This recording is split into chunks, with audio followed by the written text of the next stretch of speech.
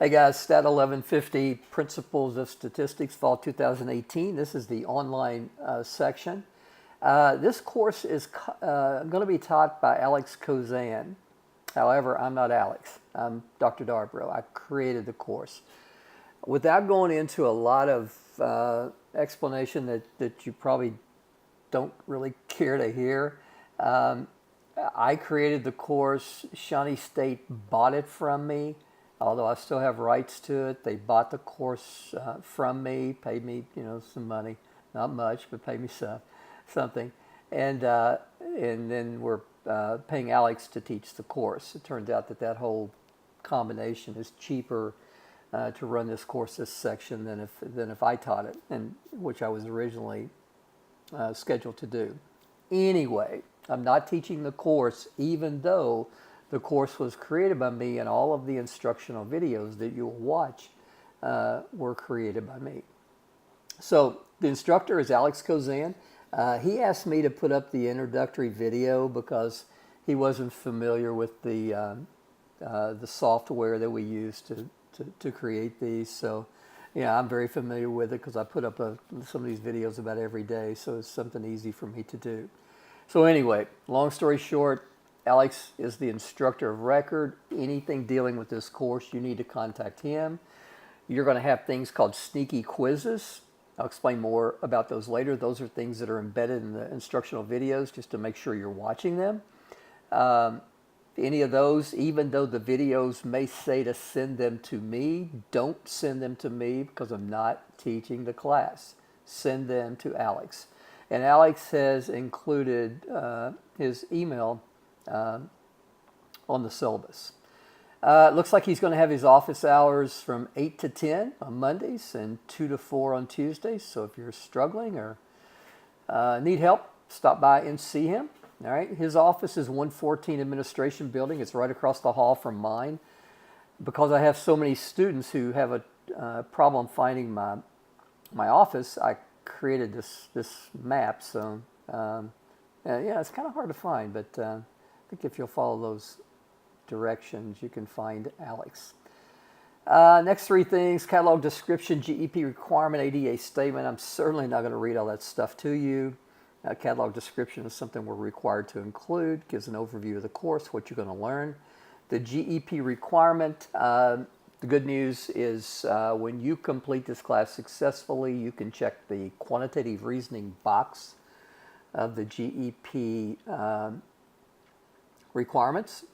ADA statement, guys, if you are entitled to any accommodations, you need to take that list of accommodations to Alex, or have the ADA compliance director send them to him. Alex will do everything in his power to make sure that the accommodations that you're entitled to by law will be provided to you.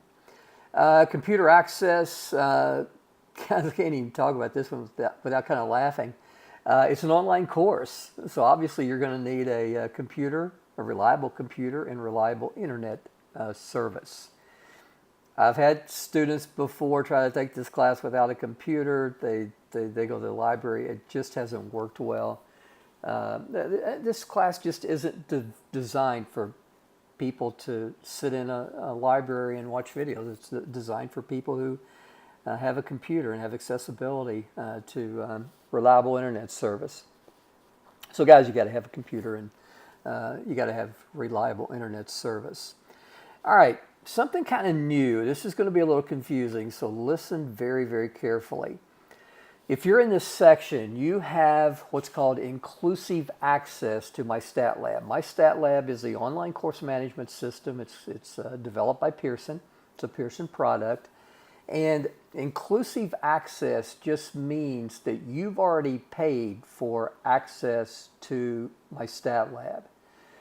Pearson worked out a deal with me last spring that if we would implement this inclusive access program, that instead of students going to the bookstore and paying, for example, as in this situation with this class, $150 for the access code, if they could include it up front in the tuition, then it would only be $80. So there's a $70 savings to you by having it included in your tuition. So guys, no additional expense. To create your Mymathlab account, and I will upload some directions on Blackboard soon that gives you step-by-step instructions on how to do that. When you go through the registration process, you'll need to enter two things. You'll need to enter this code and the course ID. Well, this is the code that you need. Now, it's going to be tempting for you to maybe say, well, you know, I got a buddy in section 3. I'll just give that code to him or her, and they can use it and get Mymathlab free. Oh, guys, come on. You know that we're going to take safety measures to keep and precautions to keep that from happening. So what will happen if you share this, the person who uses it but isn't in this section, their account will be deleted in 2 or 3 days. It might look like at first they're getting away with it, but there are safety measures on the backside that ensure that you must be in this section to use this code. Technology, guys, well, you will use Statcrunch. That's going to be all demonstrated through the instructional videos, and it's included in the Mystatlab access code. I think week number 1 or number 2, I forget, there's a video just on how to access and use Statcrunch. Alex is strongly encouraging you to join Remind. If you have a smartphone, you can text this to the number 81010. He's going to send out push notifications 3 or 4, 5 times a week. I use the same thing in my classes. If you don't have a smartphone and you want to sign up for the push notifications via email, you can send an email to this this email account. All right. So online course management system, Mystatlab has it all. It's where your assignments are going to be posted. It's where your exams are going to be taken. It's where scores on quizzes are posted. Again, to get signed up with Mymathlab, the first thing you'll want to do is go to Blackboard when I post how to sign up for an account with Mystatlab, Mymathlab. And the other thing you'll need is you'll need the code that I provided back there, and you'll need Alex's course ID. What the course ID does, well, what this code does is gives you Mymathlab without having to pay for it, although you've already paid for it technically. What the course ID does is links you to Alex's course, okay? So you need both of those. Guys, if you're waiting on financial aid or for some reason you're just not willing to commit to the class yet, use the 14-day free trial course option. And another important note, and I'm going to stay on Alex about this, the grade that you see on Mystatlab, Mystatlab's a very good product, but behind the scenes they do some wacky things with overall grade calculations. So we have to go in and kind of tinker with that weekly. So, you know, it's quite possible that you may go to bed one night and have an 80 average and wake up the next morning and have a 75 or an 85. It could go either way.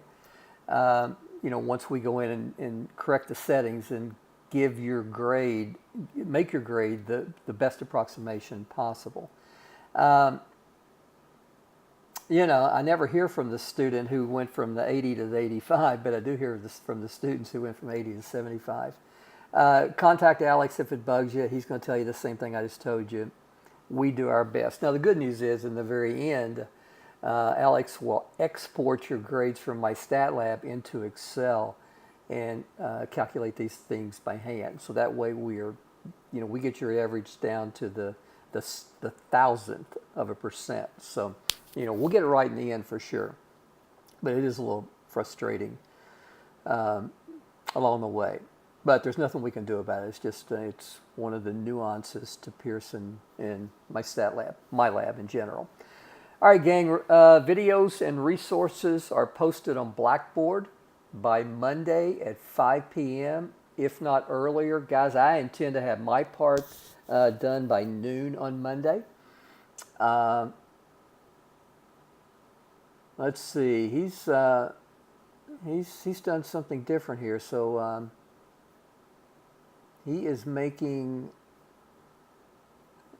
okay, he's making your Mymathlab assignments due on Tuesdays, and some other, changing up some other stuff. So, look each week. So here's what will happen. The first week by noon, I will have the instructional videos posted for this assignment. 8 days later at 11 p.m., that assignment that corresponds to those instructional videos will be due. Assignment number 2, so week number 2, by noon on that Monday, I'll have the instructional videos posted on Alex's Blackboard, on the course Blackboard site. 8 days later, September 11th, at 11 p.m., the assignments will be due. If you have any questions about this, anything comes up, contact Alex, not me. Again, I'm not teaching the class, I'm just providing the instruction. It's kind of almost like an oxymoron. It just makes no sense, but that's what it is. All right, guys, 50% penalty will be assessed for work that is submitted after the due date. The penalty only applies to questions that are submitted late. So, guys, let's say first assignment, something comes up, you only get half of the assignment in, but you got them all right. Of the half you submitted, you got them all right. So you're not going to get any lower than a 50. But they'll say the other 50% you submit late, you get them all right, but because they're late, you're only going to get 25% credit, 25 out of 50, right? So what you, in that scenario, what you would get, your final grade would be a 75. Full credit on the first 50 because you get them all right, half credit on the second 50 because it was submitted after the due date. Guys, what we do there, this is not a self-paced course. And essentially, I want you to stay on track. I don't want to be out here teaching you normal distributions, probability distributions in general, and you still be back here farting around on assignment number 3. You need to stay structured. You need to stay on track because some of this stuff gets, the material gets harder as we get on, and then for some reason it actually gets easier in the end. So it's a little strange. Also, you're not permitted to submit assignments 1 through 7 after taking your exam. Guys, 1 through 7 get you prepared for the midterm, right? Well, once you've taken the midterm, you'll still have access to these assignments, which you'll need to do when you take your final exam, but you can't go back in and change, resubmit those or submit questions or an assignment that you didn't submit. All right, gang, what's going on next? Looks like he's giving you an extra day to submit number 10 due to Halloween. Okay, good for you. Dates for exam 1 and exam 2. Hold off on this right now. We're working on you guys taking the exams online with an online test proctoring service called ProctorU. We haven't yet closed the deal on that, so there's a chance that you may have to come to campus to take your midterm and your final. So that statement right there is not technically true yet, but I expect it to be true. So once we get the I's dotted and the T's crossed about this online test proctoring, Alex will let you know, and I'll let him know because I'm actually working on that contract.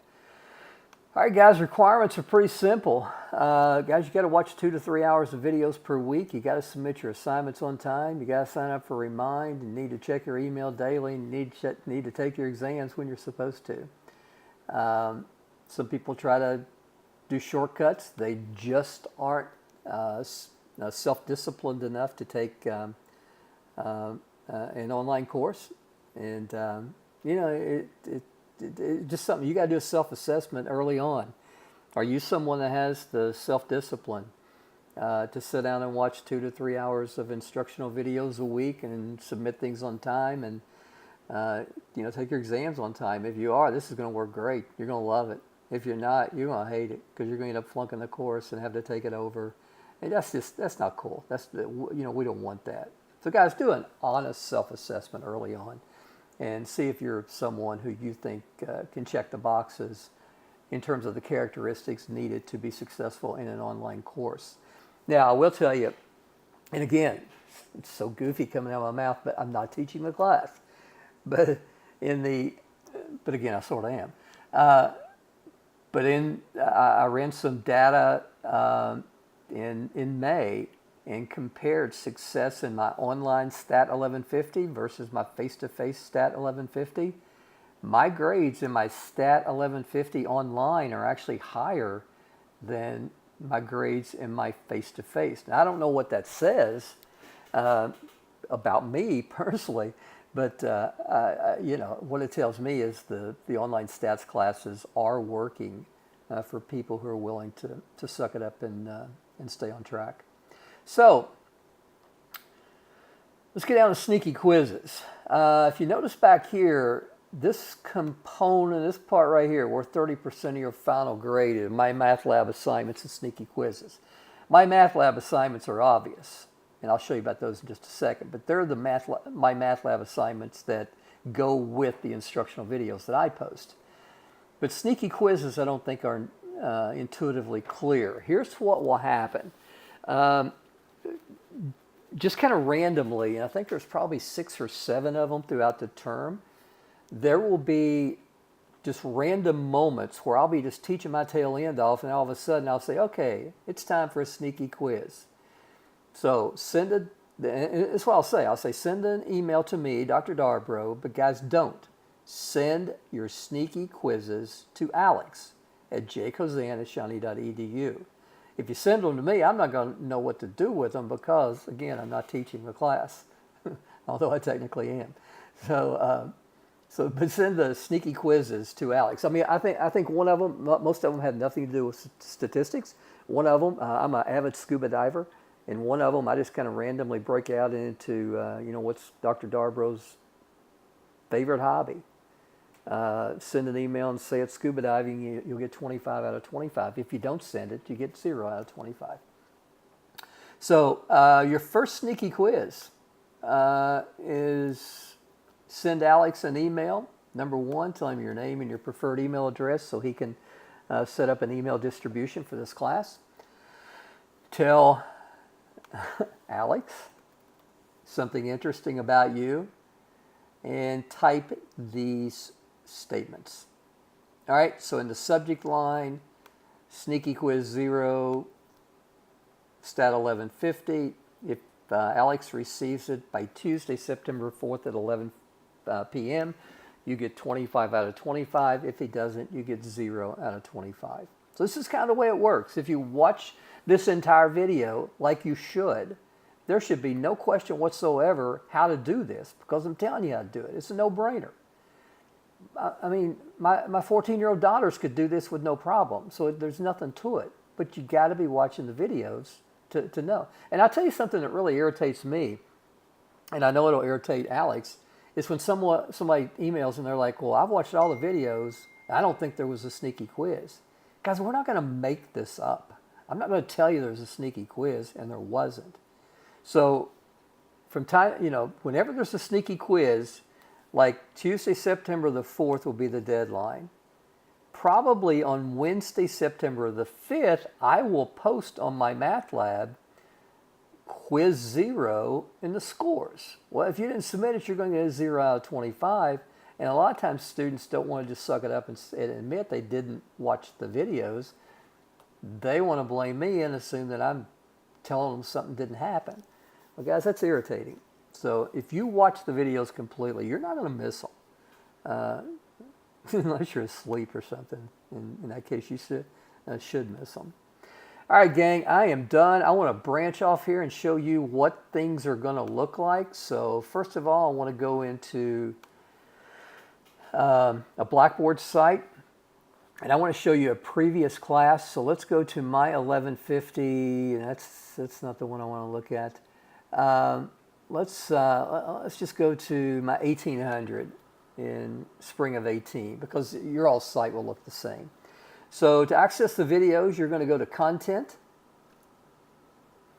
And when you get to Content, you're going to see, stuff. This folder right here tells you, provides resources on how to sign up for Mymathlab. These are handouts that go with the instructional videos. These are data sets that go with the instructional videos.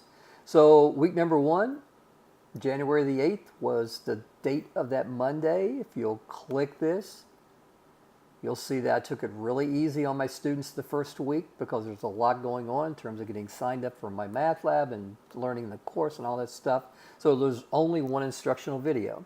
If you click that, it's going to take you external to my YouTube account. And guys, there's going to be an instructional video. Now this one goes along with a PowerPoint. I don't have many that go along with a PowerPoint. Maybe 3 the entire semester. Okay, so it's easy. Really easy. Now, most usually there's going to be more than one instructional video. In fact, this week there were 5 instructional videos. And the handout that goes with this video is included in the content folder. Now, what does Mymathlab look like? Well, I don't have you guys listed because, again, I'm not teaching a class, although I really am.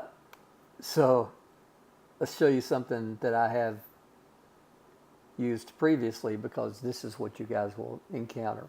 For the most part, when you log onto this, you're going to be concerned with 3 things: homework, quizzes and tests. I'm sorry, 4 things: Gradebook and Statcrunch. You really don't have to be concerned with any of that stuff down here. That's it for the instructors. So again, homework is where you're going to go get your homework. So when you watch the instructional videos, it's time to do your homework. Click that. You won't have all of these assignments until the very end. You'll only see at first assignment number 1. You can see this is past due, so it can't be submitted. But it won't be past due unless you waited too long. So if you click that, it'll take you to the assignment and you'll submit the assignment. Guys, if you watch the instructional videos, the assignments are straightforward. When it comes time to take your first test, you'll go to Quizzes and Tests. You'll click the midterm. These things are always password protected, so you have to take under a proctored environment. You can't just log on at your leisure anytime and take your midterm. You have to do it. And the password, you will never know the password. The password will be entered by someone else, so there's no sharing of the password. Gradebook, I can't click Gradebook because Gradebook would take me to the grades of everyone in this class, and I don't think that's ethical to make that public, so I'm not going to click Gradebook. When you click Gradebook, it will just give you your grades. And right up in here, it'll give you an overall percentage. And again, an overall percentage can get kind of wacky sometimes. Statcrunch is the statistical software package that we use. There's 2 ways to get to Statcrunch. If you're instructed to use Statcrunch with a data set that's provided in a question, you can just click the data set and say open in Statcrunch. It'll take you to Statcrunch and open that data set. But sometimes we need to go to Statcrunch just to use Statcrunch, not necessarily with a data set. So guys, to do that, just go to Statcrunch website, click it. You'll go to the last, which says type or paste data into a blank table. Blank data table. And you get to Statcrunch. All right, so Statcrunch is kind of cool. I mean, it does stuff a lot quicker than other, for example, scientific calculator. So like if I put in some numbers, maybe these are 5 scores on a 10-point quiz. And I'm going to teach you how to do all this stuff, so don't flip out on me the first video. Hit compute, and guys, you get the mean and the variance and standard deviation, median range, all that stuff just very, very, very quickly. All right, so I went through that quickly because I'm not trying to teach that to you now. I just wanted to demonstrate that you're going to be using this. All right, gang, I got nothing else. that I can think of. Again, Alex is your instructor of records, so day-to-day stuff. Talk to him. If something does come up where it's not going well for you, and you feel like you need to talk to me, that's fine. Send me an email or stop by my office.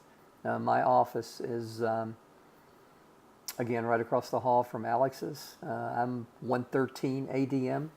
Alex is 114 ADM. So, guys, I hope you have a wonderful semester. I hope this online format works well for you. It will, most of you, especially those of you that can, focus on time management, self-discipline. You're going to love this.